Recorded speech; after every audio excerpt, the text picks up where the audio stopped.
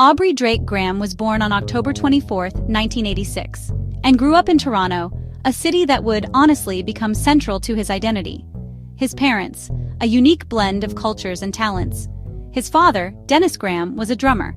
He actually played with the legendary rock and roll star Jerry Lee Lewis. That gave Drake an early look into the world of music. His mother, Sandy Graham, was an educator. She raised Drake in Toronto's Forest Hill neighborhood. His family background was African American and Jewish heritage.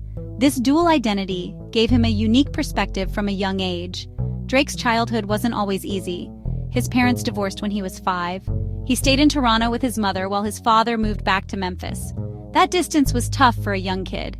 He'd spend summers in Memphis, soaking in its musical history, seeing blues and soul fill the streets. Back in Toronto, he was a regular kid trying to find his place. He felt like he didn't quite fit in. A theme later in his music. He learned to navigate different worlds. His early life was a tale of two cities. He was a quiet observer, taking it all in.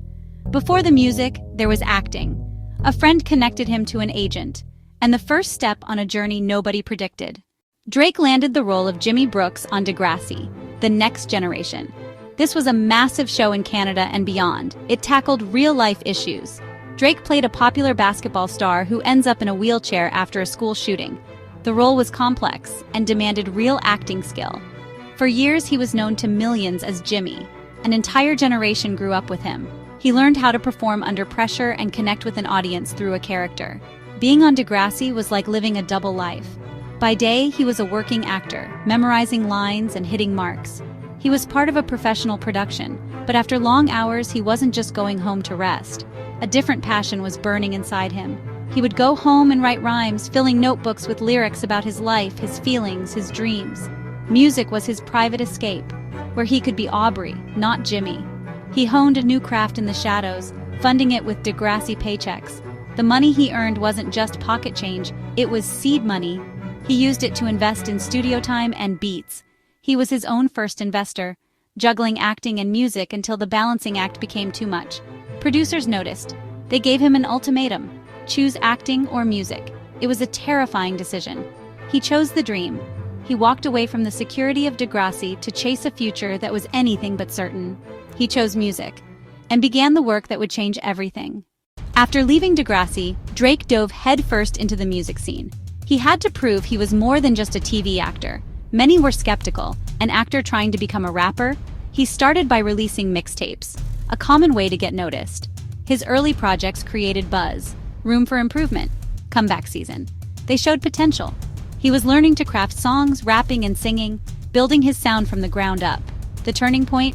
He got a call from Lil Wayne. Wayne was arguably the biggest rapper then. He listened and was impressed. Wayne saw Drake's hunger and invited him to join him on tour. Drake flew out, spent months on the road with Wayne, soaking up knowledge, a masterclass in superstardom. He returned to the studio with new confidence. He poured his experiences, heartbreaks and ambitions into the next project. The result? The 2009 mixtape, So Far Gone. It was a game changer. It blurred the line between rap and R&B. Drake was vulnerable, emotional, melodic in a new mainstream way. Songs like Best I Ever Had and Successful became massive hits. The mixtape was later released as an EP, sparked a bidding war, and ultimately led Drake to sign with Lil Wayne's Young Money, the leap from TV actor to legitimate music star. And Drake's official debut album, Thank Me Later, arrived in 2010. The anticipation was incredible. The album debuted at #1 on the Billboard 200. It featured huge hits like Over and Find Your Love.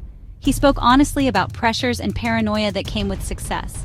His next album, Take Care, released in 2011, is considered by many to be his masterpiece.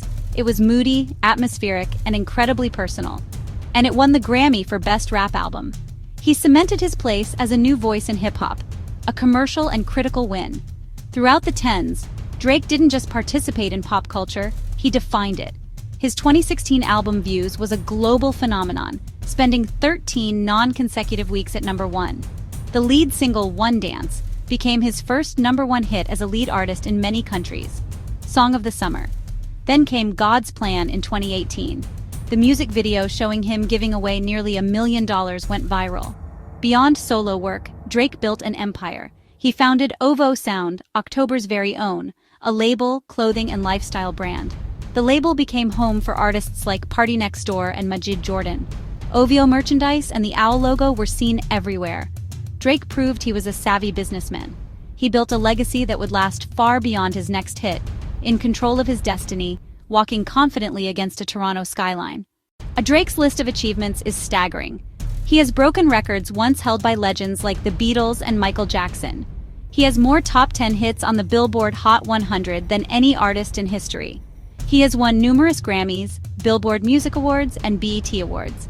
He is consistently one of the most streamed artists in the world, year after year. His albums regularly debut at #1, a sustained run of dominance for over a decade.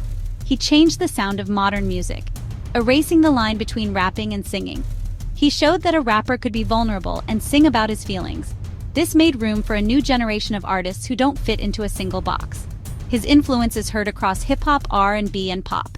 He put his city on the map. He popularized the 6 inches and proudly represents Toronto. He became a global ambassador for the Toronto Raptors and invested in the city. At its core, Drake's story is one of inspiration, a kid from Canada who had a dream and refused to give up. He faced doubts and criticism. People said an actor couldn't be a rapper or that his style was too emotional. He ignored the noise, worked late nights, believed in himself, proving that with hard work, self-belief, and a unique vision, you can achieve the impossible. From the halls of Degrassi to the biggest stages in the world, Drake's journey is a powerful reminder to follow your own path.